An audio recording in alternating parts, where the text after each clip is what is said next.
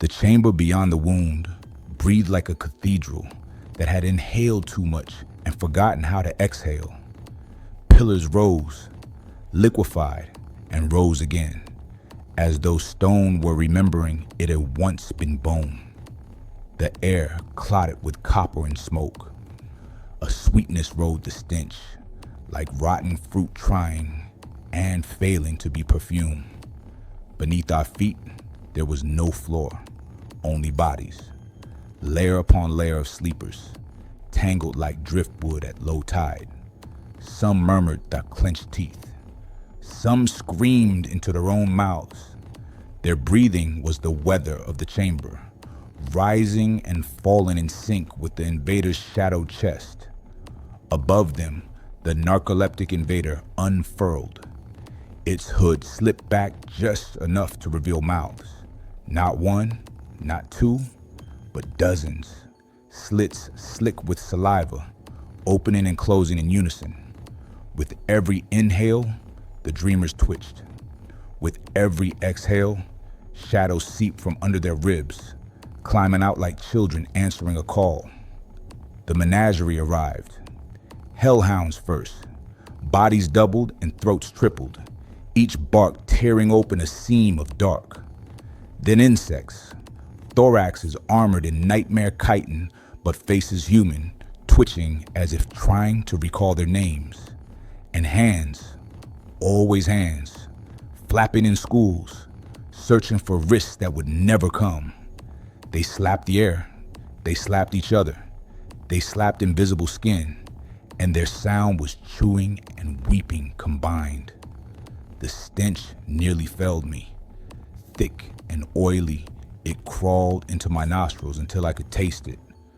My clothes clung with it, and I knew even if I burned them, the reek would cling to me. "Welcome to his feeding ground?" my daughter whispered, not with a mockery, but with dread sharpened into warning. Her silver eyes narrowed.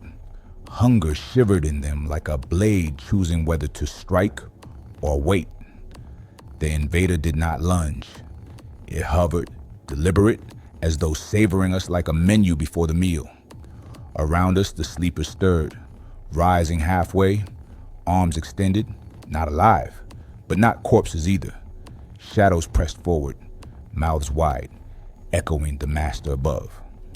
"Weapons," my eldest said, already reaching into my pocket. He drew out the bent lighter, nothing more than a scrap of metal and fatherhood. In his hand it elongated, burst into fire, a torch burning without smoke. Its light stabbed at the shadows, and they recoiled like worms from salt. The middle child pulled from my other pocket the stub of pencil and receipt. The pencil writhed into a staff tipped with a scroll, and the paper unrolled with glyphs, crawling like ants in formation. The receipt wound up his arm, ink rewriting into words that pulsed with their own rhythm. The youngest brought forth the chipped whistle. He blew. The soundless sound cracked the air. Windows of dreams shattered above us.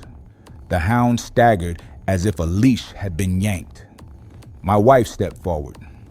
The wound behind her ear brightened, first a coal, then a flare. She inhaled, but not into her lungs.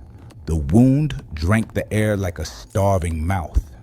Her jaw clenched. "You want to buy some pussy or what?" she screamed, voice pulled from the last betrayal of her life. The words detonated in the chamber like a grenade. The wound answered, spitting projectiles of trauma-shaped light. They tore through the invader's brood. Hounds dissolved to mist, hands nailed to nothing, insect faces split down the middle. The angel stood behind her, not fighting, but feeding his ruined light into hers. His wings spread, frayed geometry against the dark. Their powers braided.